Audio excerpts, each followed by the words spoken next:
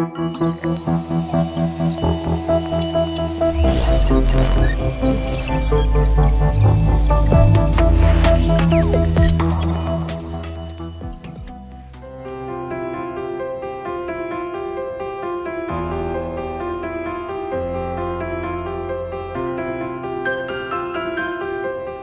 My dear future doctors and engineers, बेटा कैसे हो आप सभी लोग। उम्मीद करता हूँ बहुत ही अच्छे हो गए। क्या बच्चा, एकदम बढ़िया सर।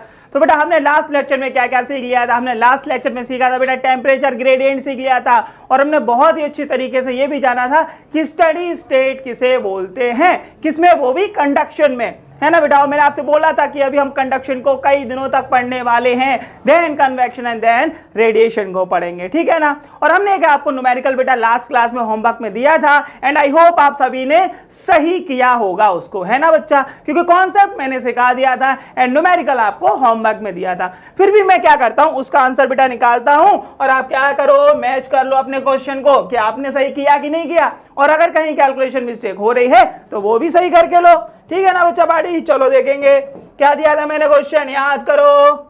मैंने टेम्परेचर ग्रेडियंट दिया था एक रॉड के लिए, कितना बेटा, 50 डिग्री सेल्सियस पर मीटर।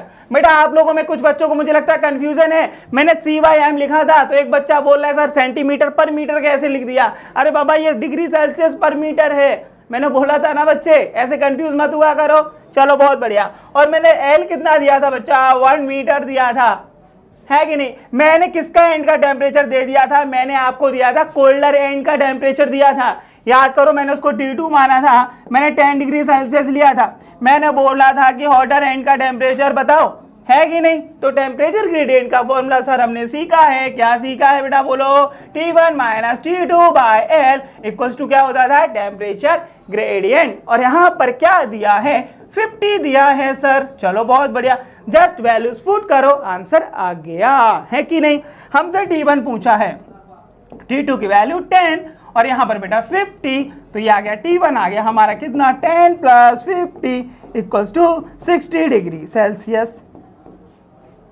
आया कि नहीं आया। और बेटा सबका आंसर ये सही होगा क्योंकि इसमें कुछ है ही नहीं बाबा, इसमें क्या कुछ डरने वाली बात ही नहीं थी, सीधा सीधा फॉर्मूला, सीधा डेटा, और बस आंसर आ गया, है कि नहीं। बहुत बढ़िया। इसको जिसने भी बेटा नहीं किया था नोट कर लो, किया क्या। चलिए अब हम क्या सीखेंगे बच्चे, अब हम बहुत ही इंपॉर्टेंट टॉपिक पढ़ने वाले हैं, क्योंकि इस पे आगे बहुत ज्यादा डिटेल में हम डिस्कशन करने वाले हैं, ठीक है।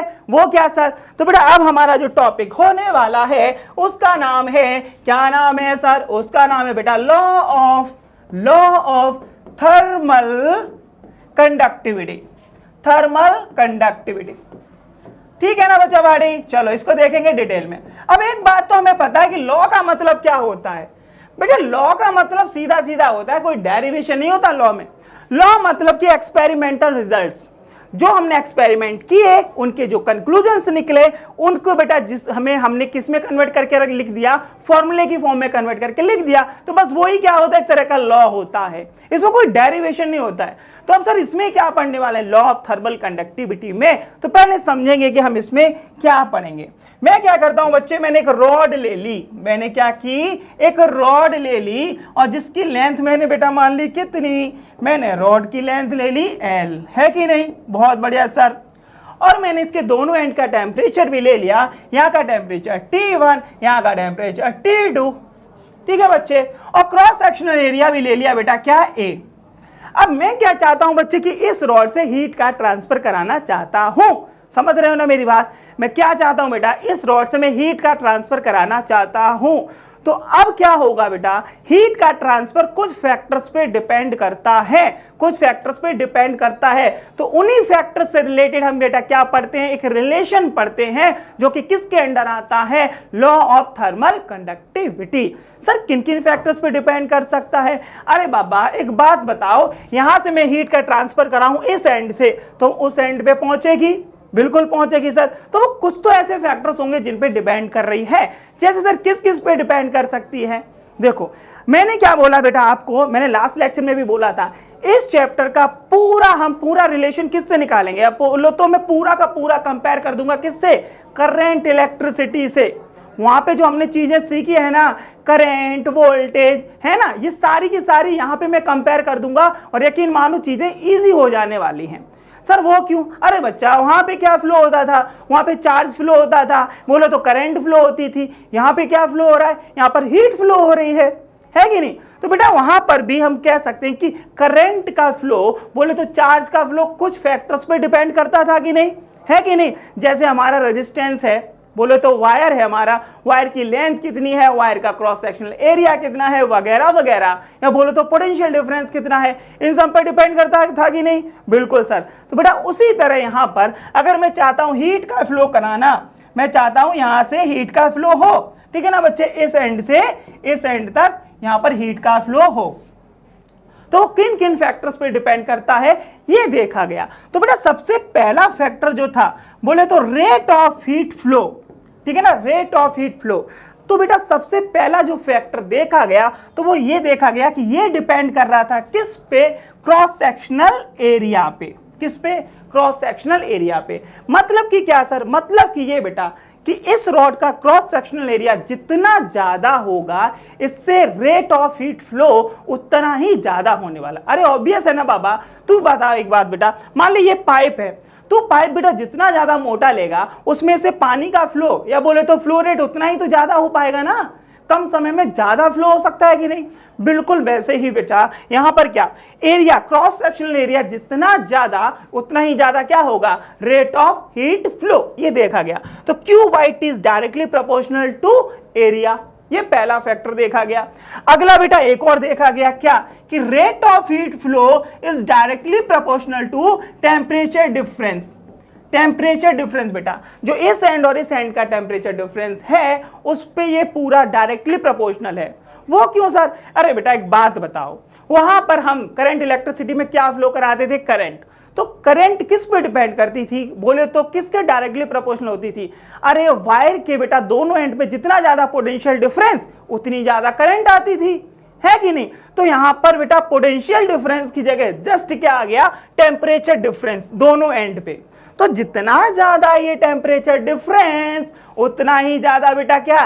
Rate of heat flow. आई बात समझ में? इसलिए बेटा डायरेक्टली प्रोपोर्शनल होता है। मैंने क्या बोला? मैंने टेम्परेचर डिफरेंस को सीधा किससे कोरिलेट कर दिया? पोटेंशियल डिफरेंस से। आई बात समझ में? तो दूसरा फैक्टर ये निकल के आ गया। अब तीसरा क्या होगा सर? देखो याद करो बच्चे, क्या होता था वहां पर हम जितना बड़ा वायर लेते थे हमारे लॉसेस उतने ज्यादा होते थे ना करंट इलेक्ट्रिसिटी में। अरे बाबा जितना बड़ा वायर लोगे उसमें लॉसेस उतने ज्यादा होते थे, है कि नहीं? यहां पर देखो, यहां पर हमने L लेंथ की रॉड ली बच्चा। अब यहां पर Q by T, मुझे बताओ L पे कैसे डिपेंड करेगा?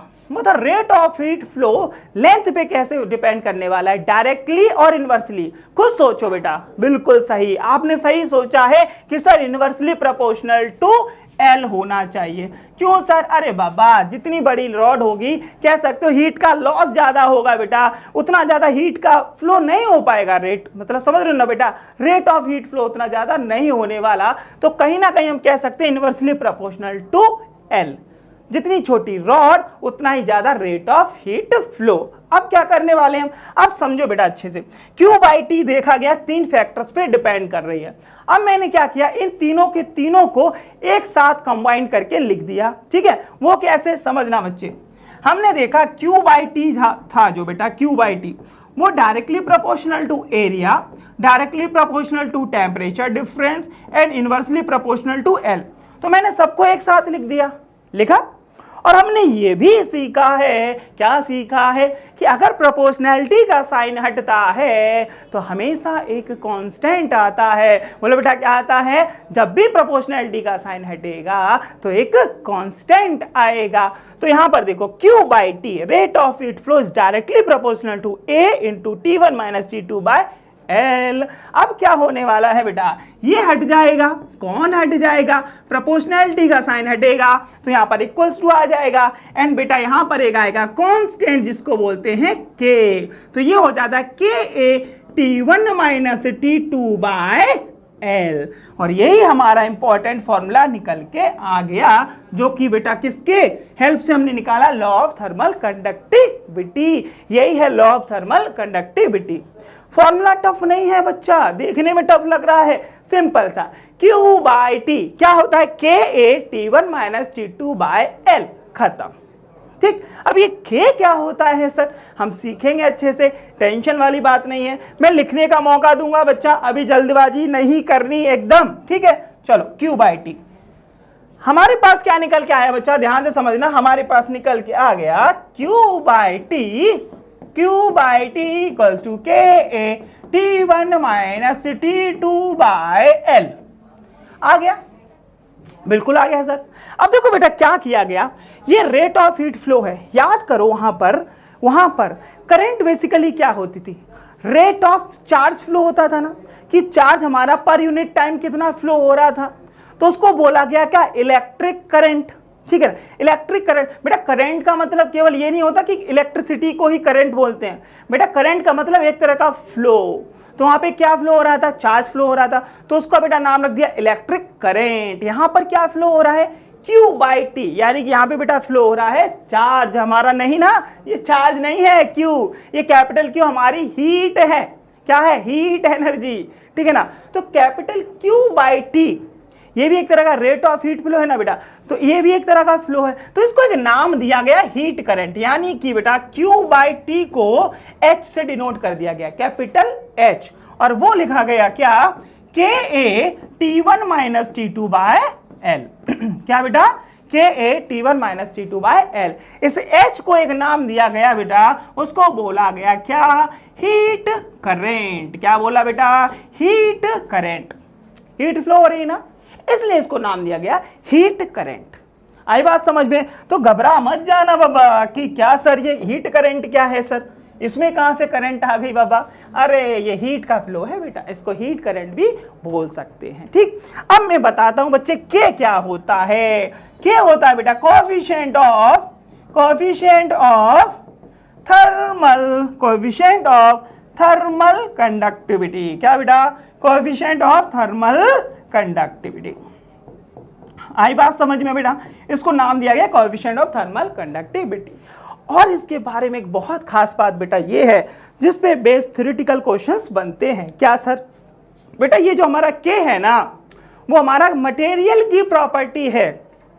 क्या मतलब सर इसका, अरे बाबा मटेरियल की प्रॉपर्टी, यानी कि जब तक मटेरियल चेंज नहीं होगा, ये हमारी क्वांटिटी चेंज नहीं होने वाली।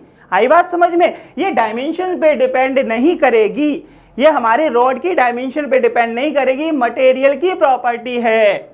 सर ये क्या बात हुई, अरे यही होता है बेटा, ये प्रॉपर्टी है तो है, ये मटेरियल की प्रॉपर्टी है बेटा, है ना, के इज अ किसकी बेटा, मटेरियल की प्रॉपर्टी, ठीक है ना बच्चा। तो लिख लेंगे it is the property of material, it is the property of material, change नहीं होगी बेटा, इंपॉर्टेंट है, क्योंकि क्वेश्चन में बोल दिया जाता है कि एक रॉड है जिसकी थर्मल कंडक्टिविटी K है, फिर बोलेगा उसकी लेंथ 2 टाइम्स कर दी, एरिया 4 टाइम्स कर दिया, अब बताओ K क्या होगा, K चेंज नहीं होगा जब तक मटेरियल चेंज नहीं हुआ है।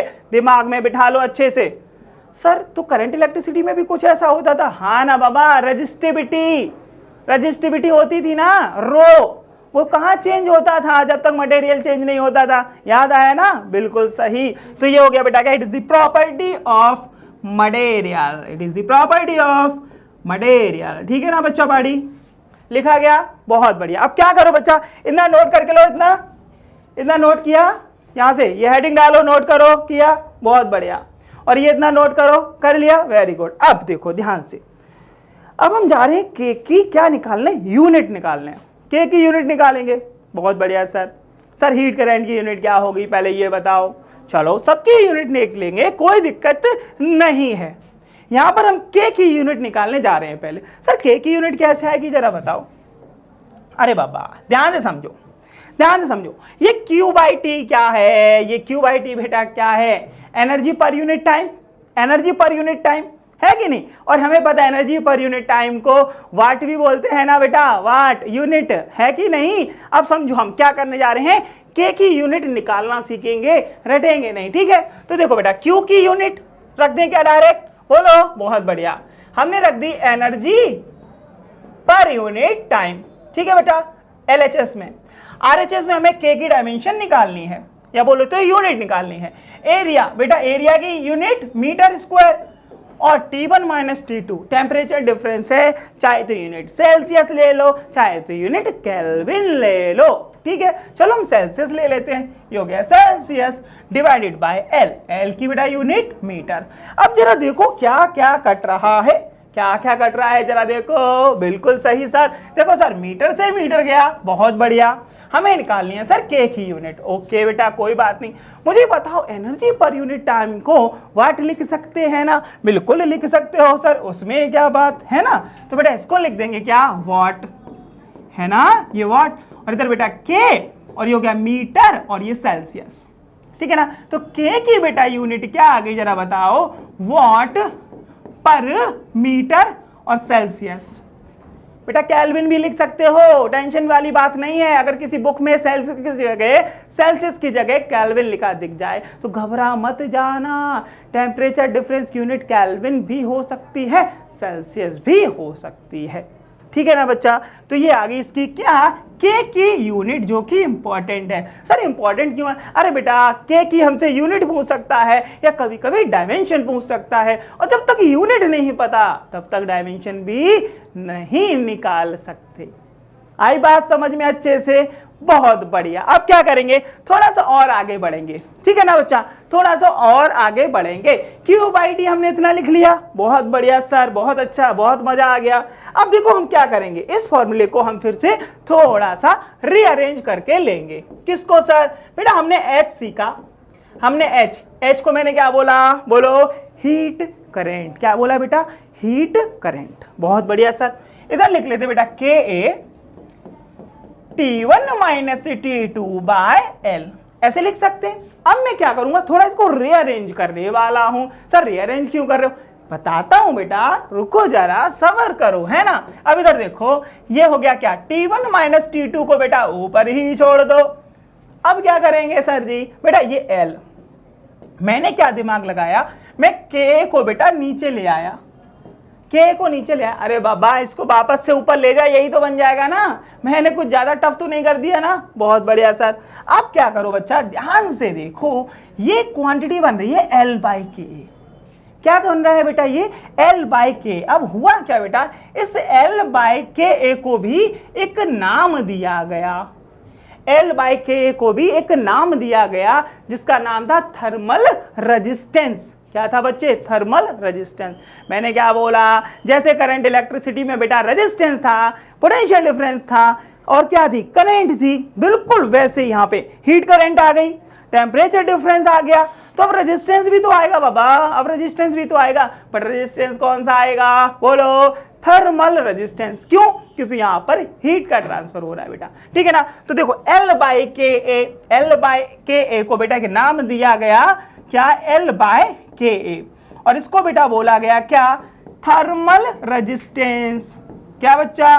Thermal resistance. याद रखोगे कि नहीं? बिल्कुल सर याद रखेंगे, उसमें क्या, ठीक है ना। ये L/K को बोला गया थर्मल रेजिस्टेंस, ठीक है। तो यहां पर H की वैल्यू आ गई बेटा। H को ऐसे भी लिख सकते थे, T1 minus T2 by R, T1 minus T2 by R। अरे कुछ कुछ ऐसा देखा देखा नहीं लग रहा है कि ऐसा कुछ कुछ देखा हो? हाँ ना सर। अरे बाबा एक फॉर्मूला पढ़ा है ना, I = V/R, ये पढ़ा है ना। यहाँ पे ये करंट होती थी, इलेक्ट्रिक करंट, ये पोटेंशियल डिफरेंस बोले तो delta V, V1 minus V2, और बाय R ये रेजिस्टेंस होता था। अब बच्चा यहाँ पर क्या है, यहाँ पे करंट की जगह हीट करंट आ गया, पोटेंशियल डिफरेंस की जगह टेम्परेचर डिफरेंस आ गया, और बेटा यहाँ पर इलेक्ट्रिक रेजिस्टेंस की जगह कौन सा रेजिस्टेंस आ गया, थर्मल रेजिस्टेंस। आई बात समझ में? पूरा कोरिलेट कर पा रहे हो कि नहीं? बिल्कुल सर कर पा रहे हैं, है कि नहीं बच्चा? तो क्या करना, अब इतना नोट करके लो, फिर फटाफट आगे बढ़ेंगे। नोट करके लो बेटा। तो बेटा देखो हमने सीख लिया ना, इसको बोला गया क्या, थर्मल रेजिस्टेंस, ठीक है ना, आर को। अब हम क्या सीखने वाले हैं बेटा, ध्यान से समझना। अब हम कॉम्बिनेशन ऑफ रॉड्स सीखेंगे, कॉम्बिनेशन ऑफ रॉड्स, ठीक है ना। क्योंकि बेटा हो सकता है ना कि हमारे पास डिफरेंट डिफरेंट रॉड्स हों, और हम उनका कॉम्बिनेशन बना के क्या करना चाह रहे हो, हीट का ट्रांसफर करना चाह रहे हो, है कि नहीं। तो हम कॉम्बिनेशन ऑफ रॉड सीखेंगे, बट उससे पहले हम क्या करेंगे, एक यूनिट जान लेते हैं। किसकी यूनिट, कि थर्मल रेजिस्टेंस की यूनिट क्या होती है कि नहीं। अब थर्मल रेजिस्टेंस की यूनिट निकालना कुछ भी टफ नहीं है बेटा। यहां पे क्या आ गया जरा देखो, यहां पे H = T1 - T2 by R आ गया।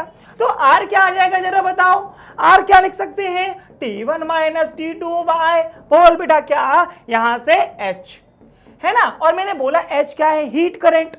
H क्या है बेटा, heat current, Q/T energy per unit time, और एनर्जी पर यूनिट टाइम क्या है, वाट है, यूनिट, है कि नहीं बेटा। तो मुझे बताओ बेटा, क्या ध्यान से समझना, अगर हम देखेंगे क्या कि ऊपर T1 - T2 है और नीचे H है, तो T1 - T2 यानी कि टेम्परेचर डिफरेंस। टेम्परेचर डिफरेंस की यूनिट कुछ भी मान सकते हो, सेल्सियस या फिर केल्विन। तो हम कह सकते हैं बच्चे, यूनिट क्या हो जाएगी थर्मल रेजिस्टेंस की, ऊपर केल्विन नीचे वाट।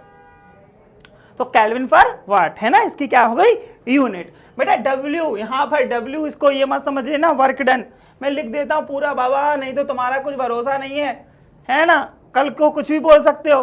तो क्या होगी इसकी, केल्विन पर वाट इसकी यूनिट होगी, किसकी, थर्मल रेजिस्टेंस की, ठीक है ना। अब हम बेटा क्या पढ़ेंगे, कॉम्बिनेशन ऑफ रॉड्स। क्या पढ़ने वाले हैं, कॉम्बिनेशन ऑफ रॉड। वो भी कौन सी रॉड लेंगे सर, मेटेलिक रॉड्स, ठीक है ना, मेटल की रॉड लेंगे, ठीक है ना। तो बेटा हमारा कॉम्बिनेशन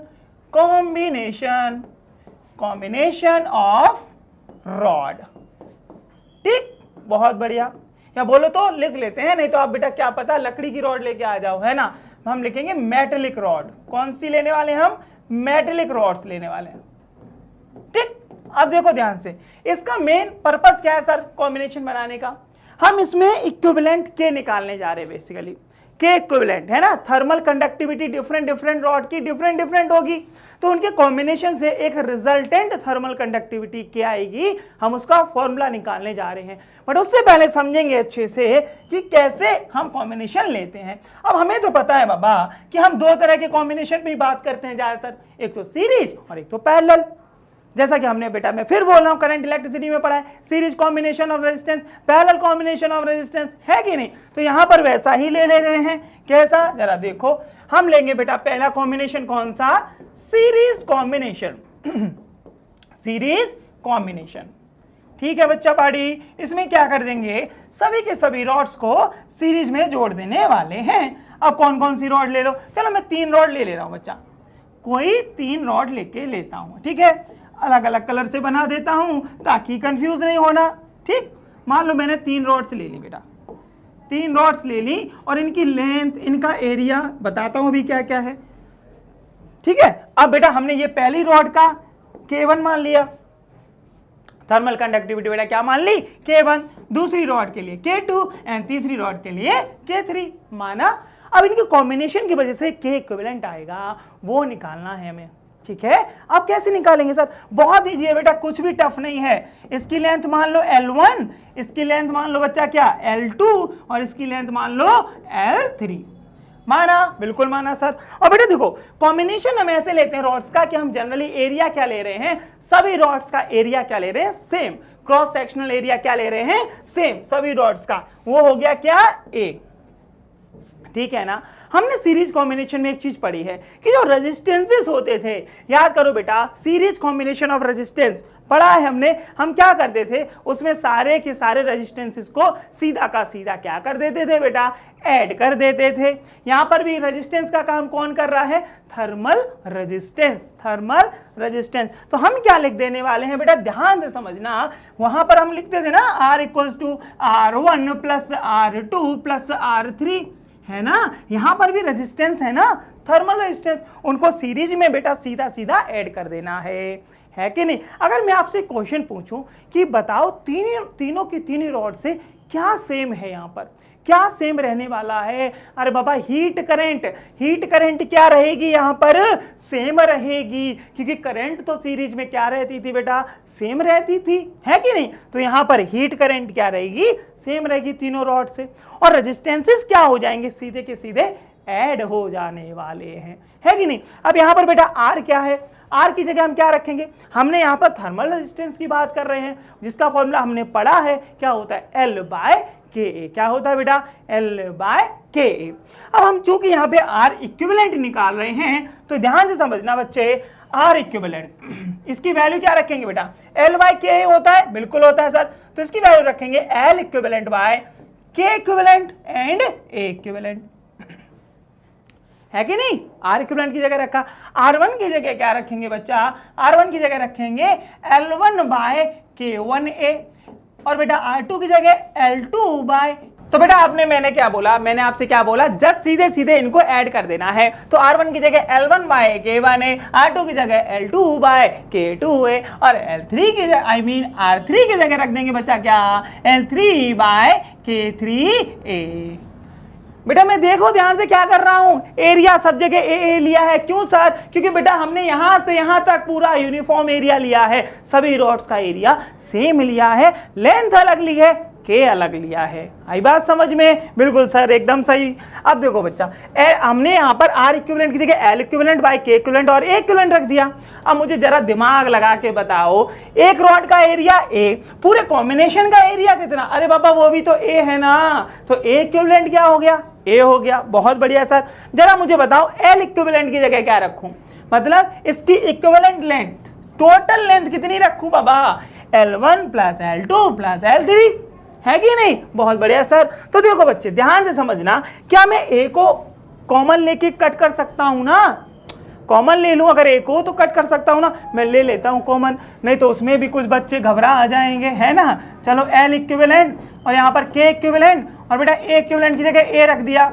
हमने RHS में से क्या ले लिया, एरिया को कॉमन ले लिया, अंदर क्या बचा, L1 by K1 plus L2 by K2 plus L3 by K3, ये बचा ना, ये बचा, बहुत बढ़िया सर। अब देखो क्या करना है, जस्ट ए से ए कट कर दो, ए से ए कट हुआ, है कि नहीं बेटा, ए से ए को कट कर दिया। हमें निकालना क्या है, के इक्विवेलेंट। अब हम क्या कर देंगे, देखो ध्यान से देखो बेटा, इफेक्टिव हमें क्या निकालनी है, थर्मल कंडक्टिविटी निकालना हूं, इफेक्टिव, ठीक है। अब ध्यान से देखो के इक्विवेलेंट क्या आ जाएगा बच्चा, बोलो, बहुत बढ़िया, एल इक्विवेलेंट डिवाइडेड बाय ये पूरा, अरे एल इक्विवेलेंट कितना है, A1 नहीं, यानी कि L1 plus L2 plus L3, कितना बेटा, L1 plus L2 plus L3, तो जरा रख दो L1 plus L2 plus L3 divided bye, बच्चा इसको इधर ले गए, इसको इधर ले आए, समझ गए ना, इसको डिवाइड में ले गए पूरा का पूरा, अरे बाबा इसको इधर ले गए, के इक्विवेलेंट, ये एल इक्विवेलेंट डिवाइडेड बाय पूरा, ओके। अब जरा देखो यहाँ पर L1 by K1 plus L2 by K2 plus L3 by K3, खत्म, ये हमारा आ गया क्या, के इक्विवेलेंट। अब सुनो मेरी बात बच्चों, ध्यान से, एकदम ध्यान से समझना, ये जो फॉर्मूले आ रहे हैं डरावने डरावने, इनको याद मत करो, कॉन्सेप्ट को समझो, क्योंकि फॉर्मूला क्या है भूल जाते हैं हम बेटा। ये जो फॉर्मूला आया है के इक्विवेलेंट का इन सीरीज कॉम्बिनेशन, याद रहता है क्या, नहीं ना, तो सर याद क्या रखना है, तो सर याद क्या रखना है बेटा, याद रखना है कॉन्सेप्ट। कॉन्सेप्ट हमने क्या सीखा, सीरीज में क्या होते हैं, रेजिस्टेंस को R1 plus R2 plus R3 सीधा ऐड करते हैं बेटा, और सीधा ऐड करते हैं तो ये फॉर्मूला आता है। आई बात समझ में बच्चा, कुछ भी टफ नहीं है बच्चा पार्टी। के इक्विवेलेंट आ गया L1 plus L2 plus L3 divided by L1 by K1 plus L2 by K2 plus L3 by K3। आई बात समझ में कि नहीं, बिल्कुल सर आ गई समझ में, क्योंकि हमें कॉन्सेप्ट पता है सर। आपने कॉन्सेप्ट में सीधा सीधा बोला बच्चा पार्टी, याद करो करंट इलेक्ट्रिसिटी में हमारे सीरीज में रेजिस्टेंसेस को डायरेक्ट याद करते थे ना, तो यहाँ पर डायरेक्ट रेजिस्टेंसेस को ऐड किया, बोलो तो थर्मल रेजिस्टेंसेस को डायरेक्ट ऐड किया। एल इक्विवेलेंट यानी कि L1 plus L2 plus L3, ए इक्विवेलेंट यानी कि ए ही रहा, क्योंकि यहां से यहां तक पूरा एरिया ए है। आई बात समझ, और के इक्विवेलेंट का हमारा फॉर्मूला आ गया। आई बात समझ में, बहुत बढ़िया सर, है ना। तो इतना नोट करो, नोट किया बेटा, वेरी गुड। अब देखो, अब हम क्या करने वाले हैं बच्चा, टू रॉड सिस्टम ले लेते हैं। टू रॉड सिस्टम मतलब कि क्या सर, मतलब समझो बेटा, एक स्टैंडर्ड केस हम पढ़ लेते हैं। क्या मान लिया बच्चा पार्टी, मान लिया, मानोगे, बिल्कुल मानेंगे सर। हमने क्या किया, दो रॉड्स ले ली बाबा, और वो भी बच्चा कैसी ली हैं, दो रॉड्स ली हैं, और वो भी सेम लेंथ की, ना ना ना ना ना, हमने क्या किया, हाँ, सेम लेंथ तो ली है पर सेम मटेरियल की ली है क्या? नहीं ना, हमने क्या लिया बेटा, दोनों की लेंथ तो सेम ले ली, ये भी एल ये भी एल, ठीक है, बट हमने इसका मटेरियल अलग लिया, ये K1 और ये K2। अब हमें इसकी थर्मल कंडक्टिविटी बतानी है, ओके। और एरिया तो कट ही गया था, एरिया तो कट गया था, बहुत बढ़िया। अब ध्यान से समझना बच्चा, इसका हमसे K इक्विवेलेंट अगर पूछा जाए, हमने अगर फॉर्मूले से गए तो हमने फॉर्मूला क्या बनेगा बेटा, दो रॉड के लिए L1 plus L2 divided by L1 by K1 plus L2 by K2। बच्चा यही तो बनेगा, है कि नहीं? अच्छा, बहुत बढ़िया। अब L1 equals to L2 equals to L put कर दो, करोगे? बहुत बढ़िया बेटा। इसे ऐसा न्यूमेरिकल समझो, इसे ऐसा न्यूमेरिकल समझो, क्योंकि ऐसे न्यूमेरिकल बुकलेट में है, पर हम थोड़ा समझ लें ना, कॉन्सेप्ट समझ लें ताकि वहां हेल्प हो जाएगी, है ना बच्चा। अगर आपसे दो रॉड सिस्टम पूछ लिया जाए, के इक्विवेलेंट पूछ लिया जाए तो कैसे? देखो अब क्या करना है, जस्ट बेटा ऊपर L1 और L2 की जगह LL रखोगे बेटा, तो 2L हो गया। बहुत बढ़िया सर। यहां से बेटा यहां पर क्या हो गया, L by K1 plus L by K2, है ना बच्चा। अब मैं क्या करूंगा, इसको कॉमन ले लिया मैंने, किसको, L को कॉमन ले लिया बच्चा, तो क्या बना, 1 by K1 plus 1 by K2 बना, ठीक। अब इस L से इस एक L कट गया बेटा, 1 by K1 plus 1 by K2। LCM लो बच्चा पार्टी, एलसीएम ले लो तो बताओ क्या बना बेटा, ऊपर 2 ही रह गया, है ना, और नीचे अगर एलसीएम लिया K1 और K2 का, तो एलसीएम क्या आया बच्चा, K1 K2, और यहां पर बेटा क्या बना, K1 प्लस K2। अरे बाबा 1 by K1 plus 1 by K2 को आपने क्या एलसीएम लेके ऐड किया तो यही बनेगा, है ना बच्चा। जस्ट मैं ऐड कर रहा हूं एलसीएम लेके। अब ये K1 K2 ऊपर चला जाएगा बेटा, तो K इक्विवेलेंट क्या आ जाएगा, 2K1 K2 bye K1 plus K2, 2K1 K2, है ना बेटा, divided by K1 plus K2। Tough है क्या बच्चा? नहीं ना, इसे एज अ न्यूमेरिकल हमने सॉल्व किया, एज अ न्यूमेरिकल सॉल्व किया हमने। L1 equals to L2 equals to L मान लिया बच्चा, है ना। हमने बेटा L1 equals to L2 equals to L मान लिया, और हमने क्या किया, सिंपल हमने बेटा सॉल्व किया एलसीएम वगैरह लेके, L से L कट गया, इसका एलसीएम लेके ये आया, और ये बेटा ऊपर चला गया, ये ऊपर चला गया, तो हमारा आंसर आ गया। उसमें क्या सर, आई बात समझ में बेटा? ये था सिंपल सा कॉन्सेप्ट, कुछ भी टफ नहीं है बच्चा पार्टी, कुछ भी टफ नहीं है। आई बात समझ में? क्या करो बेटा, स्क्रीन पॉज करके इतना नोट कर लो, फिर हम आगे बढ़ेंगे। नोट करके लो बेटा, इतना अच्छे से स्क्रीन पॉज करके नोट करके लो। तो बेटा हमने इतना पढ़ लिया, क्या करेंगे आज इतना ही रखेंगे अच्छे बच्चों, आज हम इतना ही रखेंगे क्योंकि हम आराम से सीखने वाले हैं, हमें कोई भी जल्दबाजी नहीं है बेटा, है कि नहीं। तो आज हमने क्या क्या पढ़ा जरा एक बार रिकॉल करके लेंगे बच्चा। आज हमने क्या क्या पढ़ा, ध्यान से देखो बेटा। तो हमने लॉ ऑफ थर्मल कंडक्टिविटी पढ़ा, जिसमें हमारा फाइनल रिजल्ट ये आया, Q/T के T1 minus T2 by L आया बेटा, है ना। देन हमने बेटा क्या सीखा, इसको Q/T को क्या बच्चा मैंने बोला, Q/T को मैंने H से डिनोट कर दिया, हीट करंट, है ना, ये हीट करंट बेटा। और K को कोएफिशिएंट ऑफ थर्मल कंडक्टिविटी बोला, it is a property of material जो कि चेंज नहीं होगी बेटा। फिर हमने इसकी यूनिट निकाली K की, है ना, अपने बेटा एनर्जी पर यूनिट टाइम को वॉट लिख दिया, एंड ये हमारा बेटा क्या, केल्विन, मीटर, और ये सेल्सियस बचा। तो बेटा वॉट पर मीटर डिग्री सेल्सियस, और बोलो तो केल्विन भी हो सकता है, वॉट पर मीटर केल्विन, ठीक है बेटा।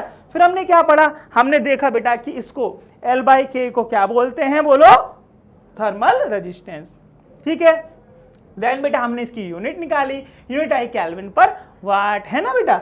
और देन हमने बेटा कॉम्बिनेशन ऑफ मेटालिक रॉड सीखा बेटा, क्या सीखा, कॉम्बिनेशन ऑफ मेटालिक रॉड। हमने इसकी हेल्प से बच्चा सीधा ऐड किया सारे रेजिस्टेंसेस को, तो उसकी हेल्प से K इक्विवेलेंट आ गया हमारा। K इक्विवेलेंट कितना है बेटा, L1 plus L2 plus L3, L1 by K1 plus L2 by K2 plus L3 by K3, है ना बच्चा। फिर हमने एक स्टैंडर्ड केस ले लिया, दो रॉड्स ली जिनमें दोनों की लेंथ L है, ओके बच्चों, दोनों की रॉड मतलब क्या है, रॉड की लेंथ L है। और बेटा हमारा क्या आ गया, ये आ गया फॉर्मूला। क्या मैं आपको कुछ होमवर्क में दूं, करके भेजोगे? बिल्कुल भेजेंगे सर, उसमें क्या। तो चलो अच्छे बच्चों की तरह एक क्वेश्चन दे रहा हूं बेटा, होमवर्क क्वेश्चन रोज मिलेगा, टेंशन नहीं लेनी, रोज मिलेगा होमवर्क क्वेश्चन, ठीक है। तो चलो बेटा मुझे आंसर भेजना है ना।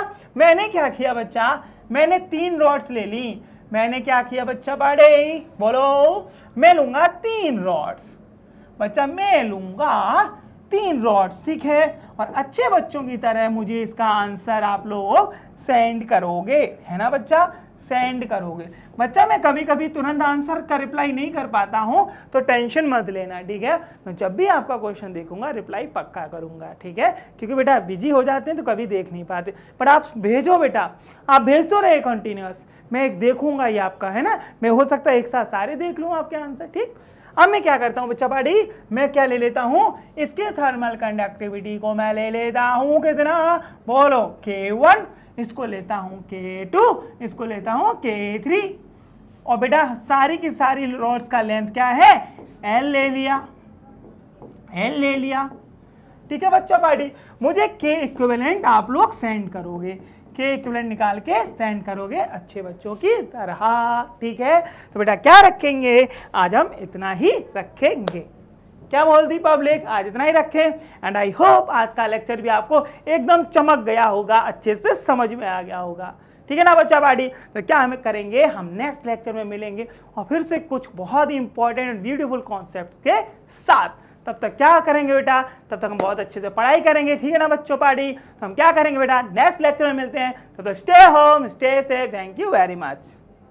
जपली उत्तम निकालाची कायम परंपरा, जपली उत्तम निकालाची कायम परंपरा। RCC म्हणजे युगानुयुगे उत्तुंग यशोधारा।